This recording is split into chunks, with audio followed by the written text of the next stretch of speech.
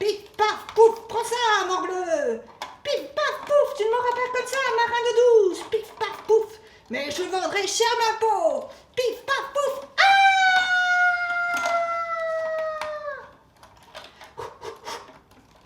tu n'en as pas fini avec moi, capitaine à la manque.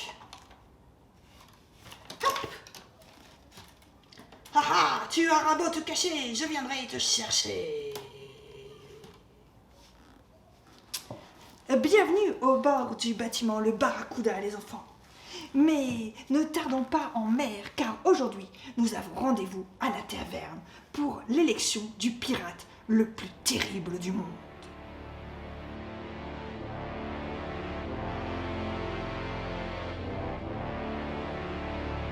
Ce jour-là, dans la taverne de Robichevessal, avait lieu l'élection annuelle du plus terrible pirate du monde.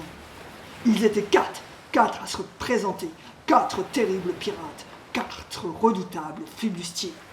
Il y avait d'abord Max le lard, gros comme un bœuf.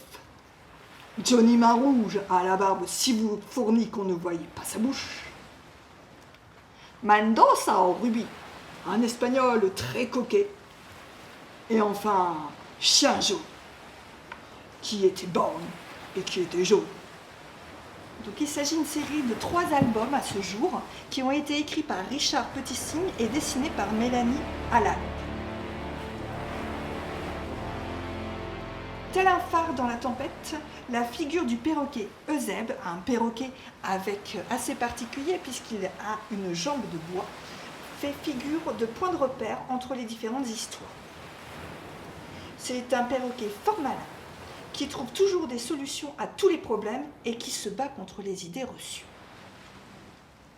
Donc, sous des airs sérieux, ces albums traitent avec humour et philosophie des stéréotypes par le biais d'histoires de pirates. Dans Le pirate le plus terrible du monde, il est question des apparences souvent trompeuses, alors que dans La pirate la plus terrible du monde, on traite du sujet de la misogynie. Qui a dit qu'une femme ne pouvait pas être un redoutable pirate? Qui a dit que le plus grand et le plus gros étaient automatiquement le plus fort? Richard Petit-Cygne nous offre des textes relativement courts, mais au vocabulaire particulièrement riche. Mélanie Allag, elle, nous offre des images pleine page, ou sur double page, qui mettent particulièrement bien en valeur son texte, ou alors nous révèlent l'envers du décor.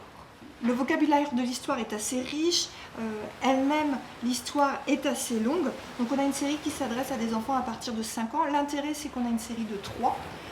Donc du coup, les enfants pourront retrouver, alors pas le personnage, mais l'ambiance d'un titre à l'autre.